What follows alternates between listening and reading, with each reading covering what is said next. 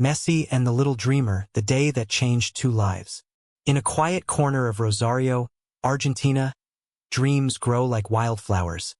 In dusty streets, under broken goalposts, in the hearts of kids who have nothing but hope. One of them was Mateo, a 10-year-old boy with a ball older than his shoes and a dream bigger than the sky.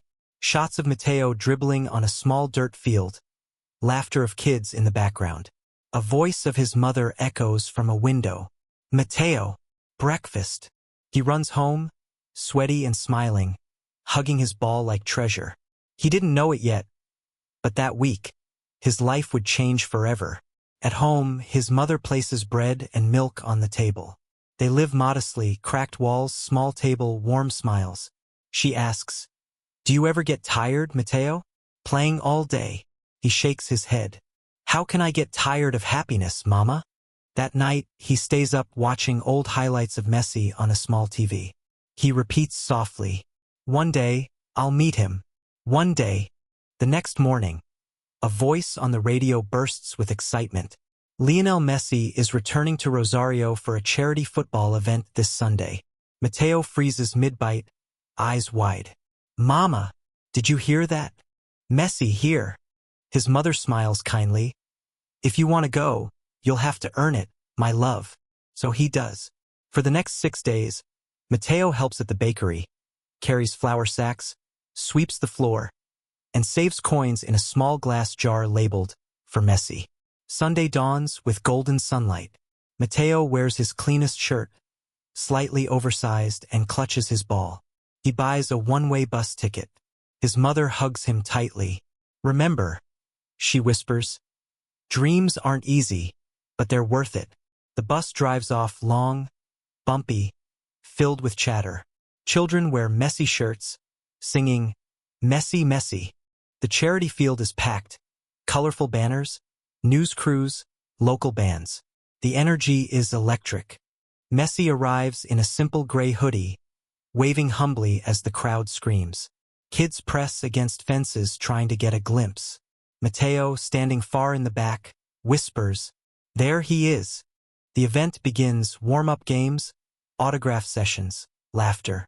Then, in the middle of a friendly scrimmage, a ball flies off the field and lands right at Mateo's feet.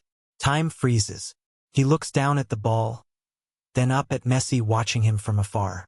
He takes a deep breath and dribbles it back. Smooth, fast, fearless. Messi grins and signals the guards. "Let him in." Mateo runs onto the field, trembling. The crowd cheers for the brave little boy. Messi crouches, smiling warmly. "What's your name, champion?" Mateo," he stutters. Messi nods. "Good to meet you, Mateo. You play well. Want to pass around?" They start juggling, gently at first, then faster. The crowd claps rhythmically. Mateo forgets his fear. For a moment, he's not a poor kid from Rosario. He's Messi's teammate. Messi laughs. "You've got great control. How often do you train?" Mateo shrugs. "Every day, even when it rains." Messi smiles, remembering his own childhood. That's the spirit. After playing, Messi sits with Mateo by the sideline, offering him water. "Tell me, Mateo," he says, "why do you love football?" Mateo thinks, "Because when I play, I forget everything bad. It's like I can breathe again." Messi looks at him, deeply moved. "That's exactly how I felt when I was your age. Football gave me freedom. It gave me hope." Mateo frowns. "Did people ever tell you that you couldn't make it?" Messi nods. "All the time. They said I was too small, too weak. But I didn't listen, because I knew who I was." He smiles softly. "You must never stop believing in yourself, Mateo. The world will doubt you, but you can't doubt yourself." Messi notices Mateo's shoes, torn, held together with string. He quietly removes his own cleats and hands them to Mateo. "Here, wear these," he says. Mateo shakes his head, embarrassed. "I can't. They're yours." Messi grins. "Then let's make it fair." He takes off his socks too and stands barefoot. The crowd laughs and cheers. The greatest player in the world, playing barefoot with a village boy. They pass, laugh, and juggle under the sun. The cameras click, but what matters is the bond, human, humble, pure. As the event ends, Messi pulls Matteo aside. He opens a small sports bag and hands him a brand new pair of signed cleats and a jersey. "These are for you," he says. "But promise me, they'll only touch the ground when you chase your dream." Matteo's eyes fill with tears. "I promise, Senor Messi. I'll never stop." They hug. The crowd applauds. Cameras flash. But the moment is intimate. Mentor and student, hero and believer.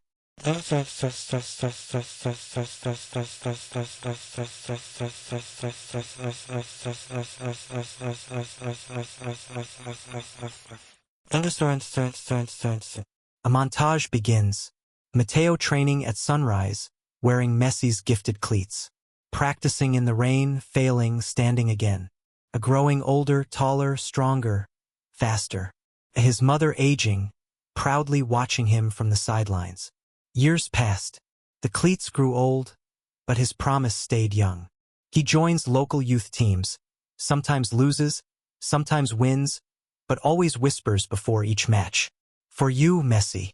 One evening, Matteo gets a phone call. "Congratulations, Matteo Alvarez.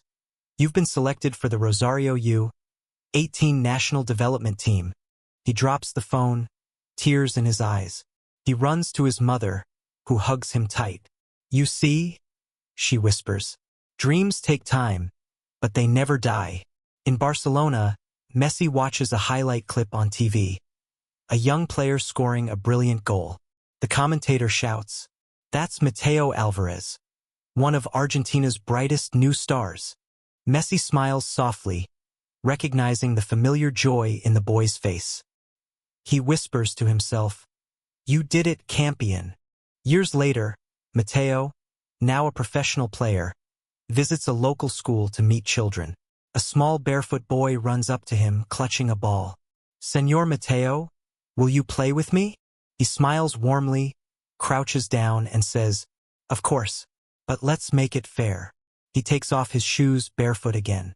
And just like that, the circle continued. Because when kindness touches a dream, it never ends. It grows, it inspires, it lives forever. Inspired by true moments of hope. Never stop believing.